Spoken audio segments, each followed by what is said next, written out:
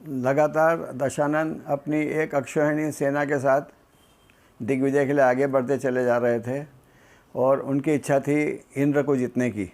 इंद्र जिसका कि राज्य रुथुनु पर था विजयार्थ की श्रेणियों में। तो जब इंद्र जो है रुथनुपुर की ओर बढ़ रहे थे, तब रुथनुपुर के दुर्लभपुर नगर के लोकपाल नलकुंवर को यह समाचार मिला कि यहाँ पर आक्रमण की और कब्जे की उससे दशानन कब्जा करने के लिए दशानन आ रहे हैं। तो उन्होंने राजा इंद्र के पास ये समाचार भिजवाया कि दशानन यहाँ आ रहे हैं। तब राजा इंद्र बोले कि हम अभी इस समय पांडुक वन की वंदना करने जा रहे हैं, तुम वहाँ पर मायामयी वज्रशाल का कोट बना दो ताकि वे प्रवेश ना कर पाएँ।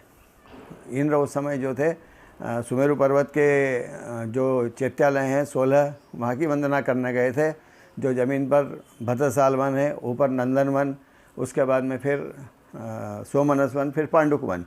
तो पांडुक वन की वंदना करने के लिए गए थे। तो नलकुंवर ने वैसे ही किया और वज्रशाल मायामयी कोट बना दिया।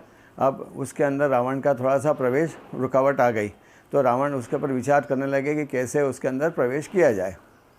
तो उन्होंने वहाँ पर क्या हुआ कि उनको एक कोई ऐसी मिली कि ऐसा मिला कि जो वहाँ का नलकुंवर जो लोकपाल था, उसकी पत्नी उपरंभा की जो दासी थी, उसने ये बताया कि जो उपरंभा है वो बचपन से ही दशानन के प्रति अनुराग रखती है और दशानन से विवाह करने की इच्छा रखती है। तो ये जब प्रस्ताव दशानन के पास आया तो दशानन ने बिल्कुल तौबा कर ली कि नहीं, इस प्रकार से मैं कोई भी पाप कार्य नहीं करूँगा, किसी भी तरह से इस तरह का कार्य मैं करने को तैयार नहीं हूँ। तब जो है वो विभीषण ने उनको समझाया दशानन को कि साम दाम दंड भेद की नीति से हम कार्य करते हैं। और फिर वो जो उपरंभा की दासी विचित्रमाला थी, उसको बोला कि जाओ अपनी स्वामिन को सूचना दे करके बुला करके ले आओ। तब वो विचित्रमाला गई और उपरंभा को बोला, तो उपरंभा तुरंत शादी रावण से शादी करने के हिसाब से तुरंत आई और उसने उपरंभा ने आशालिका नाम की जो विद्या थी वो दशानन को दी, जिससे कि उस वज्रशाल कोट को तोड़ा जा सकता था। और उसके अलावा और भी कई अस्त्र शस्त्र दिए, दिव्य अस्त्र, जिससे कि वो जो है रावण वहाँ पर प्रवेश करके और अपना राज्य स्थापित कर सके।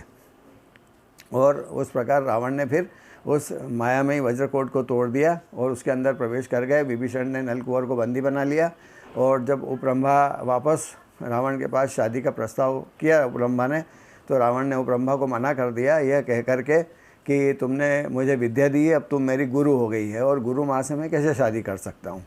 और इसके बाद में अपने ये जो इंद्र जो थे उनको मालूम पड़ा, तो इंद्र आया और इंद्र ने फिर रावण से युद्ध किया। इंद्र की सेना और रावण की सेना में घमासान युद्ध हुआ और इंद्र उसके अंदर हार गया और इंद्र को रावण ने बंदी बना लिया।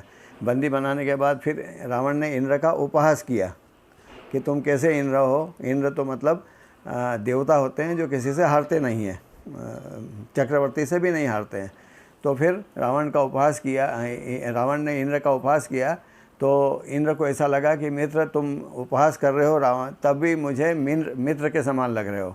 क्यों? क्योंकि तुम्हारे उपहास करने से मुझे अपनी यथार्थ का परिचय हो रहा है कि मैं वास्तव में मैं कौन हूँ, क्या हूँ। और फिर इंद्र ने दीक्षा ले ली और दीक्षा लेके कठोर तपस्या की और फिर इंद्र ने भी परम पद को प्राप्त किया, सिद्ध अवस्था प्राप्त की, निर्वाण हुआ इंद्र का।